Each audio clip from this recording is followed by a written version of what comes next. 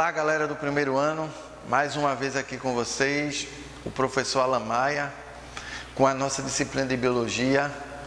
O assunto de hoje, nosso, vai ser complementando o que a gente já viu. Já vimos o que é uma mórula, já vimos o que é a neurula, já vimos o que é uma gástrula, o procedimento da gastrulação. Na aula, os animais, quando ele é diblástico, quando ele é triblástico. Vimos também que os animais diblástico, ele tem ectoderme e ele tem endoderme. Vimos que os animais triblásticos, ele possui ectoderme, mesoderme e endoderme. Na aula de hoje, vai ser para falar dos anexos embrionários. Esses anexos embrionários é muito importante em prova de vestibular, onde ele vai querer saber a respeito da vesícula, no caso saco vitelínico, vai querer saber a respeito do âmnio, vai querer saber o que é um córeo e vai querer saber o que é o alantoide. A placenta, tudo isso faz parte dos anexos embrionários. Vamos estudar? Vamos começar. Anexos embrionários. Estruturas que surgem a partir dos folhetos embrionários, mas que não fazem parte do corpo do embrião. Gente, folhetos embrionários, novamente, ectoderme, endoderme e mesoderme. São os três principais. Estruturas que surgem a partir dos folhetos embrionários, mas que não fazem parte do corpo do embrião. Outro detalhe importante, os anexos embrionários ocorrem em alguns peixes e em todos os répteis, aves e mamíferos. Peixes, répteis, aves e mamíferos. Um detalhe, anexos embrionários ocorre em alguns peixes, não são todos. Se tiver na prova todos os peixes, está o quê? Errado. Alguns peixes, mas sendo todos os répteis, todas as aves e todos os mamíferos. Exemplo de anexos embrionários: vesícula vitelina, âmnio, córeo e alantoide. Observação: em mamíferos vivíparos, o alantoide e o córeo associa-se à mucosa uterina, formando o que eu chamo de quê? Placenta. Feto humano envolvido pelo líquido amniótico. Vesícula vitelínica. Agora eu vou falar sobre a vesícula vitelínica. O que é essa vesícula vitelínica? Cuidado, gente. Os anexos embrionários é muito importante. Vesícula vitelínica. Estrutura que envolve o vitelo. Exerce importante papel no processo de quê? Nutrição. Então o vitelo vai exercer o papel de quê? Da nutrição. Rico em quê? Vaso sanguíneo. Então a vesícula vitelínica, ela é rica em quê? Vaso sanguíneo. É bem desenvolvida em quê? Peixes, répteis e aves. Animais que possuem ovos telolestos, que a gente já estudou o tipo de ovo telolesto. Nos mamíferos, ovos do tipo alécito, a vesícula vitelínica é preenchida por um líquido e não tem significado no processo de nutrição. Resquício evolutivo. Nos anfíbios, ovos heterolestos, o vitelo fica restrito aos macrômeros e, portanto, não possui uma vesícula vitelínica típica. Então, a vesícula vitelínica é o vitelo, que serve para o quê? Nutrir o ovo. Âmnio e córeo surgiram nos répteis e se manteve nas aves e nos mamíferos. O que é o âmnio? o âmnion, membrana que envolve o embrião, como um saco, delimitando uma cavidade denominada cavidade amniótica, que é preenchida por um líquido chamado líquido amniótico. Falamos sobre o saco vitelínico, onde fala do vitelo, que atua na nutrição do embrião. Agora, vamos falar sobre âmnion e sobre o córeo. Onde é que surgiu o âmnion e onde foi que surgiu o córeo? O âmnion e o córeo surgiram nos répteis. Primeiro ponto foram os répteis. E ele se manteve nas aves e nos mamíferos. Surgiram nos répteis e se manteve nas aves e nos mamíferos. Tranquilo? Vamos agora falar sobre o âmnion. O que é o âmnion? O âmnion é uma membrana que envolve o embrião como um saco. Então você tem um embrião ali e você vai ter uma membrana que vai envolver esse embrião, como se fosse um saco. É o que eu chamo de quê? Âmnion. Delimitando uma cavidade, denominada cavidade o quê? Amniótica, que é preenchida por um líquido chamado líquido que? Amniótico. Tem como função proteger um embrião, amortece choques mecânicos, além de evitar que o embrião perca água para o meio, procedimento chamado dessecação. Então, galera do primeiro ano, o âmnion é uma membrana que vai envolver o embrião, delimitando uma cavidade denominada cavidade amniótica, que é preenchida por quê? Por um líquido. Esse líquido é um líquido o quê? Amniótico. Então essa membrana ela vai proteger esse líquido, para que não perca esse líquido. Qual é a função do âmnion? Proteger o embrião. Então o âmnion, ele protege o embrião contra o quê? Choques mecânicos. Amortece contra choques. Além de quê? Além de evitar perder o quê? Água. Então o âmnion, ele tem uma função de proteção, de proteger, evitando com que o embrião perca o quê? Água. E quando ele perde água, ele o quê? Desseca. Córeo, membrana que envolve os demais anexos, reforça a proteção oferecida pelo âmnion. Então o córeo é a membrana que envolve os demais anexos. Outro detalhe, reforça a proteção oferecida pelo âmnion. Associa-se ao alantoide, córeo-alantoide, formando uma estrutura altamente vascular, a qual participa de quem? Das trocas gasosas. Está aqui, ó. Eu tenho aqui a placenta, eu tenho o alantoide, vesícula vitelínica, cordão umbilical, ó o córeo aqui, ó, a membrana que envolve os demais anexos, notocorda que a gente já estudou, cavidade amniótica, o âmnion e o tubo neural. Alantoide surge a partir do desenvolvimento da região posterior do intestino do embrião, formando uma espécie de quê? De saco. Olha o alantoide aqui. Então surge a partir do desenvolvimento da região posterior do intestino do embrião, formando uma espécie de quê? De saco. Qual é a função do alantoide? Armazenar as excretas nitrogenadas do embrião. Então o alantoide é que vai armazenar as excretas nitrogenadas. No caso das aves e dos répteis, a excreta vai ser o quê? Ácido úrico.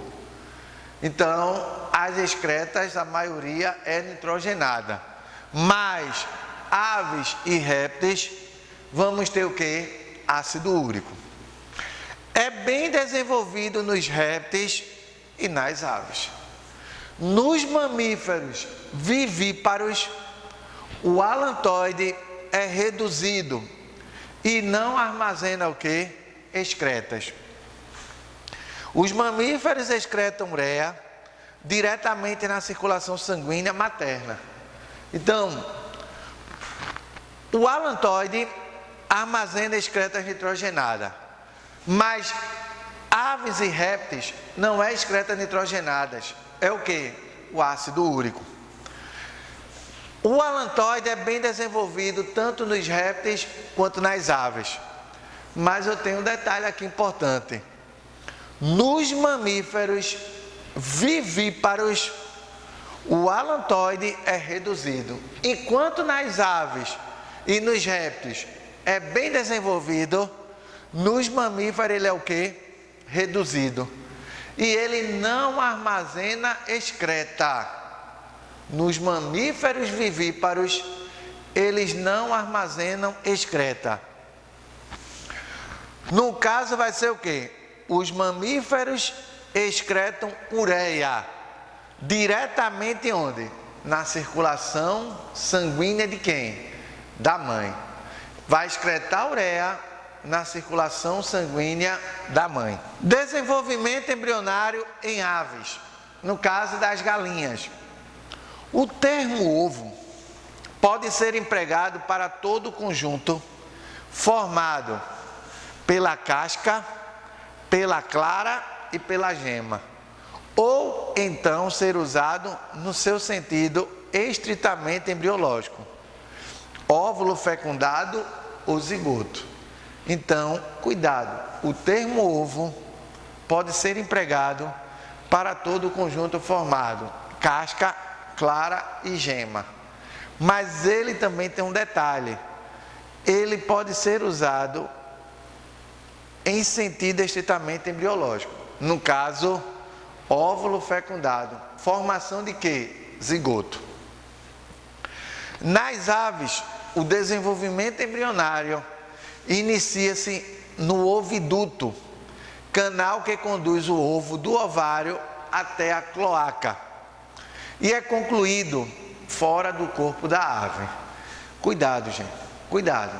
Nas aves, o desenvolvimento embrionário vai iniciar no oviduto. O que é o oviduto? Canal que conduz o ovo do ovário até a cloaca, e é concluído fora do corpo da ave. Tenha ou não ocorrido a fecundação, o vitelo corresponde à gema. Então, a gema do ovo é chamado de quê? Vitelo. Qual é a função do vitelo? Nutrição. Vai sendo recoberto por uma secreção aquosa rica em albumina. Albumina é uma proteína produzida pelas células da parede do oviduto, denominada albume, corresponde à clara. Em seguida, sobre o albume, forma-se a casca, constituída por carbonato e fosfato de cálcio e magnésio. Então, o ovo, ele é uma estrutura rica demais em proteína e em sais minerais. Nas paredes do oviduto, existem pregas espiraladas que determinam a rotação do ovo. Esse movimento permite que o albume envolva intimamente a gema, formando a calasa. O tempo de permanência do ovo no oviduto é de aproximadamente 24 horas. Quando o embrião é posto, ele está no final da segmentação, estágio de blástula. Após a incubação de 21 dias a 37,5 graus Celsius, ocorre o que? A eclosão. Então, a eclosão do ovo acontece com 21 dias, com uma temperatura de 37,5. A gema do ovo pode corresponder ao ovócito secundário ou ao embrião, caso ocorra fecundação. Vamos falar um pouco agora dos mamíferos. Os mamíferos, ele vai ter o quê? A placenta. Em mamíferos vivíparos, o alantoide e o córion associa-se à mucosa uterina. Já vimos que a alantoide e o córion é na proteção. Ele vai associar a mucosa uterina, formando o que a gente chama de quê? Placenta. Através da placenta, que o organismo materno fornece ao embrião o quê? A placenta vai fornecer nutrientes e oxigênio.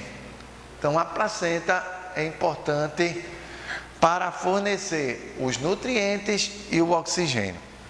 Enquanto o embrião elimina o quê? Excretas e gás carbônico. Na circulação o quê? Materna. Essa troca é possível, pois a circulação embrionária e a materna estão muito próximas uma das outras, o que permite a difusão das substâncias entre mãe e filho. A placenta também tem a função de produzir glicogênio, colesterol, ácidos graxos e secretar o que?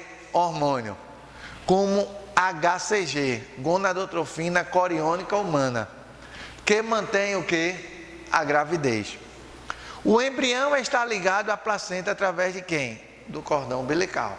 Então, a placenta é muito importante para o embrião. O desenvolvimento embrionário humano inicia cerca de 30 horas após a fecundação, com a primeira divisão do zigoto.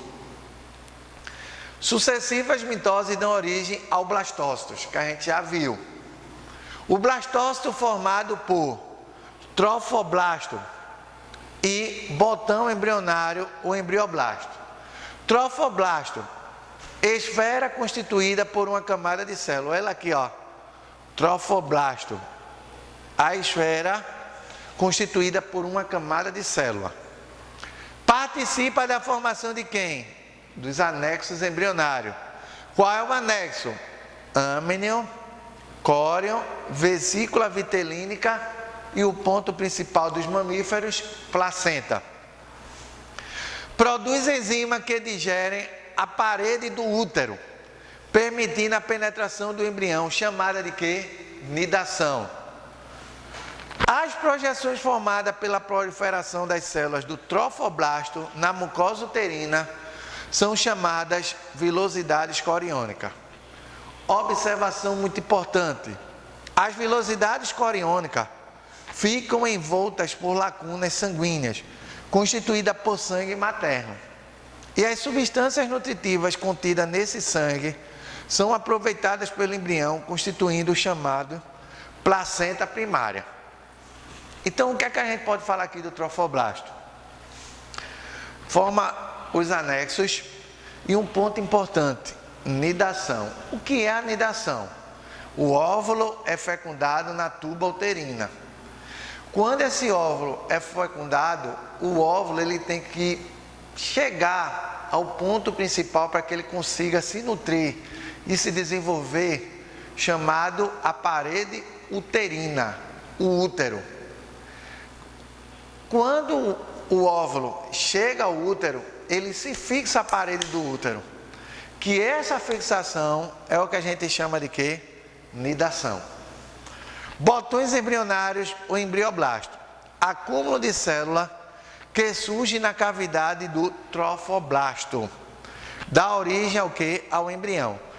Então, essa região aqui, células, uma esfera constituída por uma camada de célula, é o trofoblasto. Mas quando ocorre um montante de célula, é o que eu chamo embrioblasto. Está aqui tudo que a gente está vendo.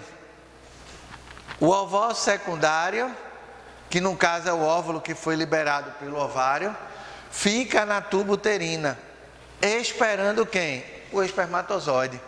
Quando o espermatozoide fecunda esse óvulo, acontece a clivagem, a divisão, a primeira. Depois acontece os blastóporos. segunda clivagem, terceira, até formar o que a gente chama de quê? Mórula. Então, foi fecundado, acontece a divisão das células, até formar o quê? A mórula. Formou a mórula, vem o quê? Embrioblasto. Que esse embrioblasto vai ser o procedimento que a gente chama de quê? De nidação.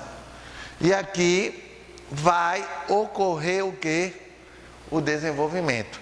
Trofoblasto, embrioblasto. Ao final do segundo mês de gestação, passamos a chamar o embrião de feto, pois após o segundo mês de gestação, praticamente todo o processo de organogênese já terminou. Temos um mini ser humano que agora precisa crescer e desenvolver. O parto normal é aquele no qual a bolsa que contém o líquido amniótico se rompe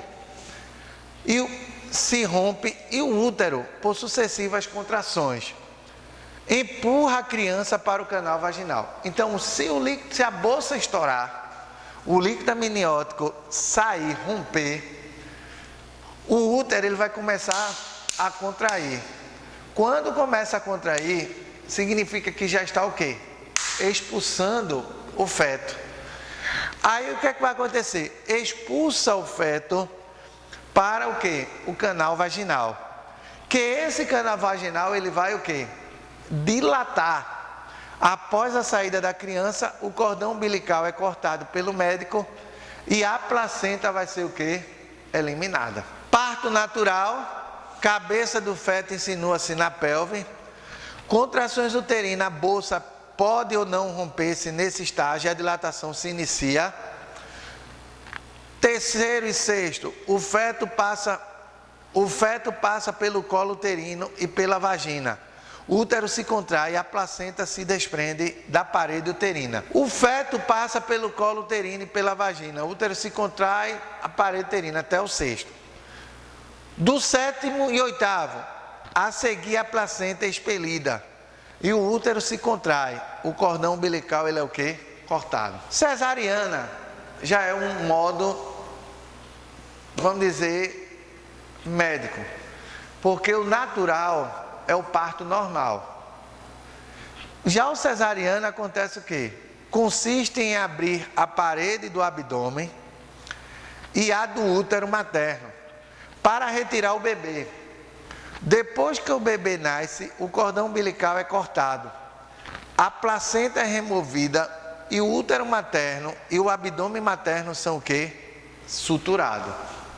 No caso, vai ocorrer a suturação, os pontos. Se for gêmeos, o nascimento for de gêmeos, temos monozigóticos, dizigóticos. Monozigóticos são idênticos, chamados univitelino. Se origina de um único zigoto. São geneticamente idênticos, obviamente do mesmo sexo. Cerca de 25% dos gêmeos são monozigóticos. Quando a gente fala de univitelino, são iguais, de mesma placenta.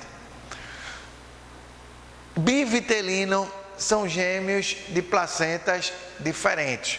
No caso, pode nascer uma menina e um menino, mas sendo gêmeo.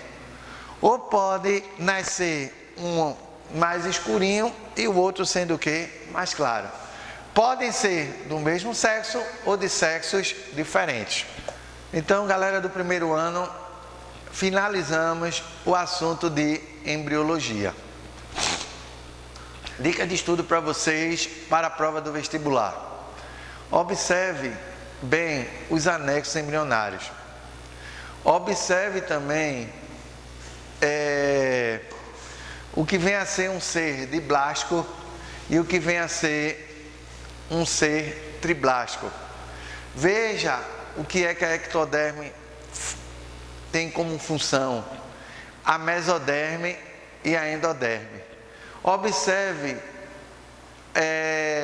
o que é um saco vitelínico, o que é um âmino, o que é um córion, o que é a placenta e qual é a função deles. É esse ponto principal que vocês têm que entender. Entenda também o que é uma mórula, o que é uma blástula, o que é uma gástrula e o que é uma neurula. Veja o que é uma notocorda. Esse é o ponto principal do assunto de embriologia que eu passei para vocês. Na próxima aula, vamos iniciar histologia, tecidos, formação do tecido. Tranquilo? Até a nossa próxima aula.